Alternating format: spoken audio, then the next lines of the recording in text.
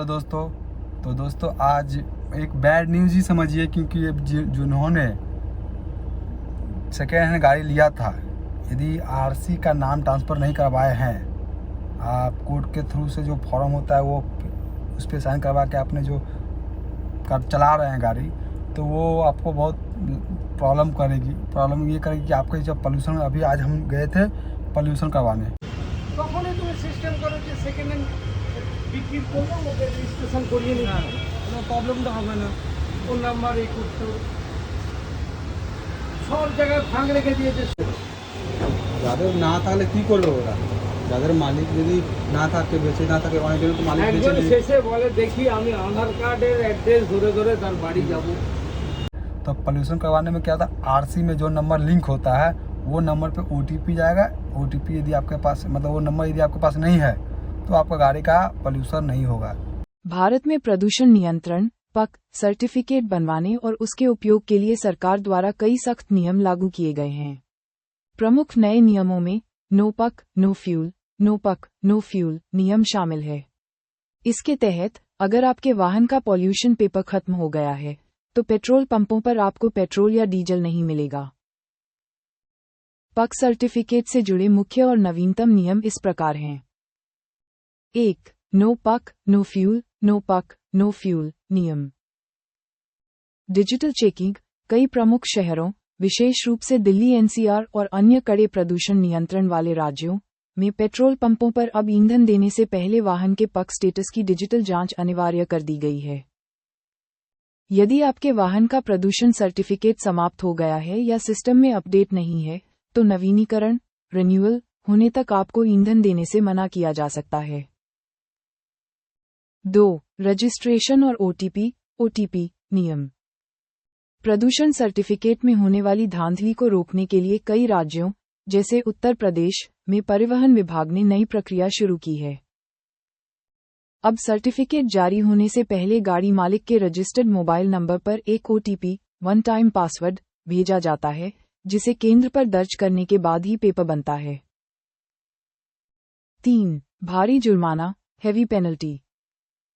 अगर आप बिना वैध पॉल्यूशन सर्टिफिकेट के गाड़ी चलाते पकड़े जाते हैं, तो मोटर वाहन अधिनियम मोटर व्हीकल्स एक्ट के तहत 10,000 रुपये तक का भारी जुर्माना या कैद या दोनों का प्रावधान है। 4. वैधता और शुल्क वैलिडिटी एंड चार्जेस। 1. नई गाड़ी न्यू व्हीकल। नई गाड़ी BS6 खरीदने के बाद पहले 1 वर्ष तक पॉल्यूशन सर्टिफिकेट की वैधता रहती है। 2. पुरानी गाड़ी ओल्ड व्हीकल। 1 साल के बाद इसे हर 6 महीने में रिन्यू करवाना अनिवार्य होता है। और 3. शुल्क फीस। वाहनों के प्रकार के अनुसार इसकी जांच का शुल्क लगभग 60 रुपये से 100 रुपये तक होता है। साथ ही इस सेवा पर 18% GST भी लागू होता है। 5. बीमा इंश्योरेंस का नया नियम। बिना वैध पॉल्यूशन सर्टिफिकेट के आप अपनी गाड़ी का सालाना मोटर बीमा एनुअल इंश्योरेंस रिन्यू नहीं करवा सकते। पक सर्टिफिकेट कैसे प्राप्त करें? ये सर्टिफिकेट पूरी तरह ऑनलाइन नहीं बन सकता, क्योंकि इसके लिए गाड़ी से निकलने वाले धुएं का भौतिक फिजिकल परीक्षण जरूरी होता है। 1. अपनी गाड़ी को किसी भी अधिकृत प्रदूषण जांच केंद्र ऑथराइज्ड पक सेंटर पर ले जाएं। ये पेट्रोल पंपों या आरटीओ के पास होते हैं। 2. वहां ऑपरेटर मशीन के जरिए धुएं का स्तर मापेगा। 3. मापदंड सही होने पर वह वाहन नंबर की फोटो खींचेगा और वेबसाइट पर डेटा अपलोड करेगा। और 4. इसके बाद आपको प्रिंटेड सर्टिफिकेट मिल जाएगा। आप गाड़ी का पुराना या नया स्टेटस आधिकारिक परिवहन पोर्टल पर जाकर ऑनलाइन भी चेक और डाउनलोड कर सकते हैं। वहाँ के जो दादा थे, भैया जो थे, उन्होंने बोला कि इसी कारण कितना गाड़ी रख दिया बीच, मतलब ये नहीं कर पा रहा है, गाड़ी नहीं चला रहा है। कारण है क्योंकि पोल्यूशन यदि नहीं होगा, रास्ता पे निकलिएगा, पुलिस पकड़ेगा।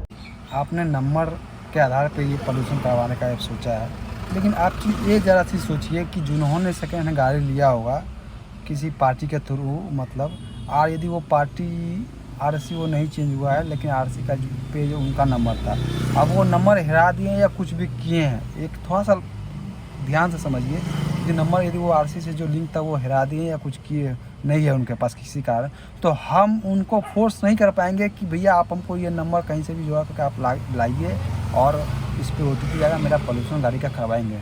मतलब हम दूसरे का पे निर्भर हो जाएंगे, नहीं तो उनका मर्जी होगा करेगा, नहीं तो नहीं करेगा, क्योंकि उन्होंने गाड़ी दे दिया हमको, अब उनका टेंशन ख़त्म है, उनसे कोई मतलब नहीं है।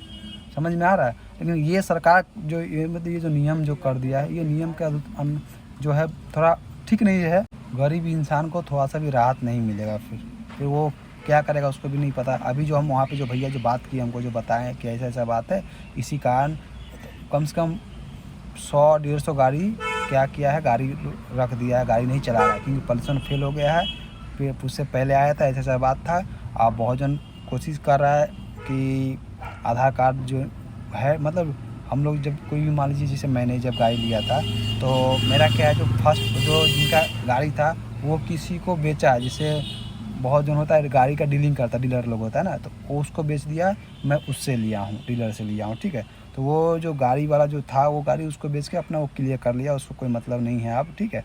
अब उसके पास जो भी आधार कार्ड वोटर कार्ड सब उसको दे दिया था डीलर को, डीलर से मैंने लिया है, तो डीलर भी मेरे को सब चीज़ दे दिया, कोर्ट से जो कागज़ बनता है वो बना के मेरा क्लियर हो गया। लेकिन आरसी का नाम जो चेंज होता है आरसी पे, वो बहुत थोड़ा इसके बारे में मेरे को उतना सही में नहीं पता। मैं देखता हूँ कमर्शियल में हमको जहाँ उसमें बोला गया कि नहीं होता है बोल के मैं नहीं करवाया हूँ। हालांकि मेरे साथ हमेशा कॉम्प्रोमाइज़ करता है जो भैया जिनका गाड़ी ओरिजिनल में जिनके आरसी में जिनका नाम है, वो भैया हमेशा कोऑपरेट करता है कि उनका नंबर मेरे पास है, तो मैं कभी भी कुछ फंसता है ऐसा कुछ होता है तो फ़ोन करता हूँ, करता है। अब लेकिन ये सबके लिए पॉसिबल नहीं है। यदि मान लीजिए वो भैया मेरे से कॉम्प्रोमाइज़ नहीं करते, कोऑपरेट नहीं करते मेरे साथ, तो मैं कैसे कहाँ से करता है? अभी पॉल्यूशन तो मेरा नहीं हो पाएगा, फिर वो नंबर उनका लिंक है। और यदि मान लीजिए वो कोऑपरेट करना भी चाहे, यदि उनका नंबर उनके पास वो वाला नंबर ना हो और OTP जाएगा उसी नंबर पे, तो फिर इसका क्या है? हम उसको खोजने जाएंगे, खोजते रहेंगे, खोज के यदि मिल गया तो मेरे लिए वो उतना क्यों करना चाहेगा? सबसे पहले ये चीज़ बताइए।